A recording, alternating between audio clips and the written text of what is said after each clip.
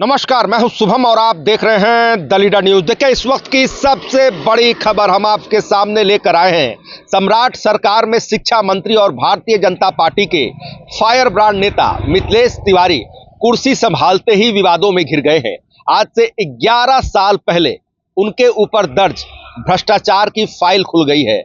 आपको बता दें कि मंत्री पर धोखाधड़ी करने, सरकारी पैसे हड़पने और घोटाला करने जैसे गंभीर आरोप लगे हुए हैं। मिथिलेश तिवारी के खिलाफ मुजफ्फरपुर के निगरानी कोर्ट में केस चल रहा है। दोषी पाए जाने पर उन्हें उम्र कैद तक की सजा हो सकती है। मामले की अगली सुनवाई 14 जुलाई को होनी है।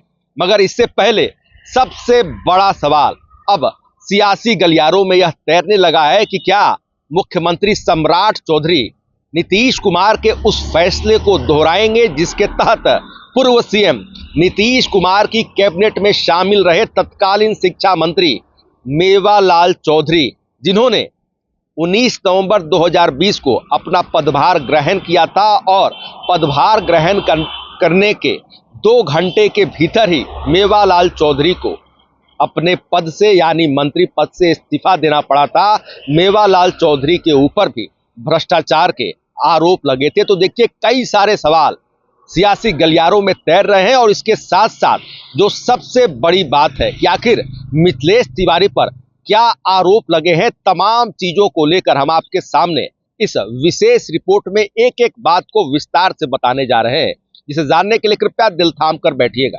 आप अगर इस चैनल पर न्यू सब्सक्राइबर हैं तो हमारा आपसे करबद्ध आग्रह है, इसे लाइक, शेयर, सब्सक्राइब और फॉलो करना न भूलें। आइए पूरी खबर को समझते हैं इस रिपोर्ट में अब विस्तार से। देखिए, सबसे पहले जानते हैं कि मिथिलेश तिवारी पर आरोप क्या है। देखिए, मिथिलेश तिवारी के मंत्री बनने के बाद बिहार विद्यालय परीक्षा समिति का पत्र सामने आया है। सचिव के साइन से जारी 20 मार्च 2017 को लिखा गया है। इसमें बताया गया है कि मिथिलेश तिवारी पंडित दीनदयाल उपाध्याय इंटर महाविद्यालय खजुरिया, बरौली, गोपालगंज के तत्कालीन अध्यक्ष हैं। समिति के सचिव ने मिथिलेश तिवारी पर मुकदमा चलाने की अनुमति दी है। मिथिलेश तिवारी पर लगे आरोप इसी कॉलेज से जुड़ा है। वह कॉलेज के प्रबंधन समिति के अध्यक्ष थे। आरोप है कि इन्होंने सरकार से मिले 50 लाख रुपए की हेराफेरी की। पैसा कॉलेज के कर्मियों के वेतन के लिए था। आरोप है कि मिथिलेश ने फर्जी दस्तावेज लगाकर पैसे खुद हड़प लिए। मिथिलेश तिवारी ने चुनावी हलफनामे में भी निगरानी केस की जानकारी सार्वजनिक की है। चुनावी हलफनामे के मुताबिक विजिलेंस पुलिस थाने में 34/2015 केस पेंडिंग है। स्पेशल जज विजिलेंस कोर्ट मुजफ्फरपुर में केस की सुनवाई चल रही है। मिथिलेश पर फर्जी दस्तावेज देने और बेईमानी करने के अलावा प्रिवेंशन ऑफ करप्शन की धाराएं लगी है। अब आइए जानते हैं कि मिथिलेश तिवारी पर 420 की धारा क्या है। देखिए, मिथिलेश तिवारी के खिलाफ 7 मई 2015 को निगरानी एसपी ने एफआईआर दर्ज कराई थी। एफआईआर नंबर 034/2015 है।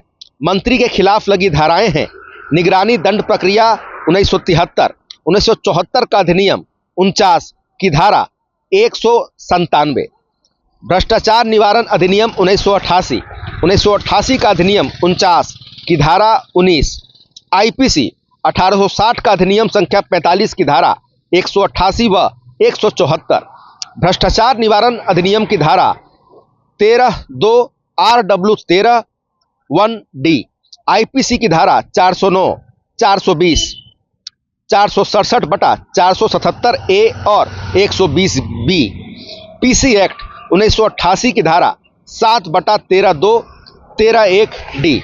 अब आइए जानते हैं कि कोर्ट में केस की स्थिति क्या है। देखिए, मुजफ्फरपुर निगरानी कोर्ट में सुनवाई चल रही है। कोर्ट में state government versus Mithilesh Tiwari मुकदमा दर्ज है। रजिस्ट्रेशन नंबर 10014 है। मुजफ्फरपुर कोर्ट की माने तो पिटिशनर और एडवोकेट स्टेट ऑफ बिहार वकील special PP respondent Mithilesh Tiwari हैं। कोर्ट में केस 7 मई 2015 को फाइल किया गया था। पहली सुनवाई 18 अप्रैल 2020 को हुई। अगली सुनवाई की तारीख 14 जुलाई 2026 को है। केस गवाही के दौर से गुजर रहा है। मुकदमा दर्ज हुए 11 साल हो गए। अब तक 11 तारीख पर सुनवाई हुई है।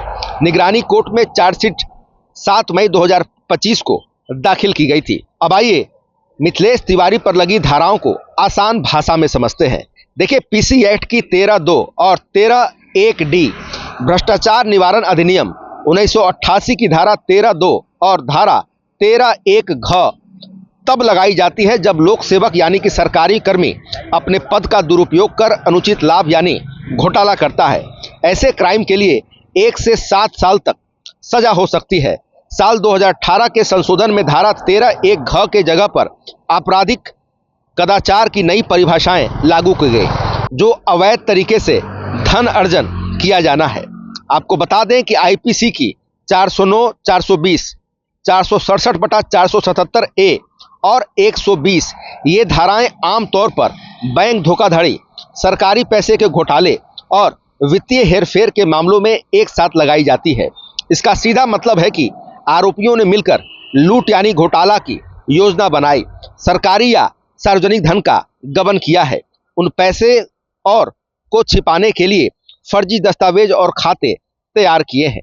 देखिए, इन तमाम मामलों पर मिथिलेश तिवारी का पक्ष जानने के लिए जब एक डिजिटल मीडिया चैनल ने उनसे फोन पर बातचीत की तो मिथिलेश तिवारी का जवाब था, यह काफी पुराना मामला है। मेरे स्थानीय विरोधी ने राजनीतिक साजिश के तहत आरोप लगाया था। मामले को लेकर मैं पटना हाईकोर्ट गया था। हाईकोर्ट ने सारी सुनवाई पर रोक लगा दी थी। सरकार से पक्ष मांगा गया था, लेकिन सरकार की तरफ से कोई जानकारी नहीं दी गई। जब मुजफ्फरपुर के निगरानी कोर्ट में चल रही सुनवाई को लेकर मंत्री से सवाल किया गया तो मंत्री जी ने जवाब दिया, मेरे वकील मेरा पक्ष रख रहे हैं। अब सबसे बड़ा सवाल जो सियासी गलियारों में तैर रहा है कि क्या मुख्यमंत्री सम्राट चौधरी नीतीश कुमार के फैसले को दोहराएंगे। आपको बता दें कि बिहार के तत्कालीन शिक्षा मंत्री डॉक्टर मेवालाल चौधरी ने 19 नवंबर 2020 को पदभार ग्रहण करने के मात्र 2 घंटे के भीतर इस्तीफा दे दिया था। वह पूर्व सीएम नीतीश कुमार की कैबिनेट में शामिल हुए थे। उन पर भ्रष्टाचार के आरोप लगे थे।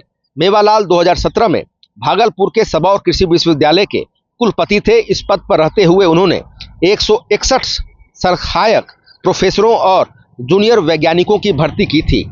इस भर्ती में धांधली और भ्रष्टाचार करने के गंभीर आरोप लगे थे।